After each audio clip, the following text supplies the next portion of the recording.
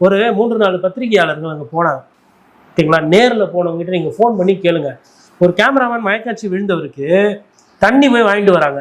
இந்த தண்ணி வாங்கிட்டு இவருக்கு வாயில கொடுத்துக்கிட்டே இருக்கும்போது பக்கத்தில் இருக்கும் பறிச்சு அந்த தண்ணியை குடிச்சிட்டு மூஞ்சில எல்லாம் ஊற்றி விளையாடி இருக்கு. இதை யாருன்னா சேலஞ்சு பண்ணாங்கன்னா என்கிட்ட ஆதாரம் இருக்கு. சம்பந்தப்பட்டவர் இங்க இல்ல ஈக்காட்டு தாங்கல்ல தான் பாதிக்கப்பட்டவர் இருக்கிறார். நிதானமா இருக்கும் போதேவா இல்ல குடி போதல்ல? அது எனக்கு தெரியாது. நான் வந்து அது அப்படி நான் சொன்னா அபாண்டமான பழியா. ஓகே. நான் வந்து நிதானமா இருக்கிறவங்க இப்படி பண்ணுவாங்களான்னு கேக்குறேன். இல்ல அது என்னவோ எனக்கு தெரியாது. ஆனா இந்த மாதிரி பண்ணிருக்காங்க. பெண்களுக்கு, பெண் பத்திரிகையாளர்களுக்கு பாதுகாப்பு இல்லைன்னு பத்திரிகை செய்தி வந்திருக்கு. ஒரு ஆங்கிலத்துல இருக்கக்கூடிய ஒரு ஏஜென்சி செய்தியை வெளியிட்டு நல்ல வேலை அந்த செய்தி வந்து பிரபலம் ஆகல. It is unsafe to cover Vijay's political events போட்டு தலைப்புல ஒரு செய்தி வந்திருக்கு. கிட்டத்தட்ட 3000 பேரும் நம்ம தான் ஆங்கிலத்துல படிச்சிருக்காங்க. அதே தமிழாக்கத்துல போட்டுருந்தா அதனுடைய வீரியம். அப்ப அதை எழுதுனது ஒரு பெண். எதுக்காக அப்படி எழுதுறாங்க? அவங்க பிபிசில எல்லாம் வேலை செஞ்சிருக்கிறாங்க.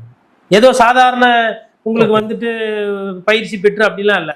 ஒரு ஆங்கில ஊடகத்துல வேலை செஞ்சுட்டு 8 வருஷம் கவர் பண்ணிட்டு பிபிசில எல்லாம் வேலை பார்த்துட்டு இன்னைக்கு தனியார் ஒரு இடத்துல இருக்கிறாங்க. அவங்க எழுதிருக்காங்க. சாம் டேனியல் அவர்களுக்கு என்ன நடந்ததுன்னு ஊரே பார்த்தது. அவரோட வயசு வந்து நாங்க எல்லாருமே அவரை வந்து அனுபவசாலியா பார்ப்போம்.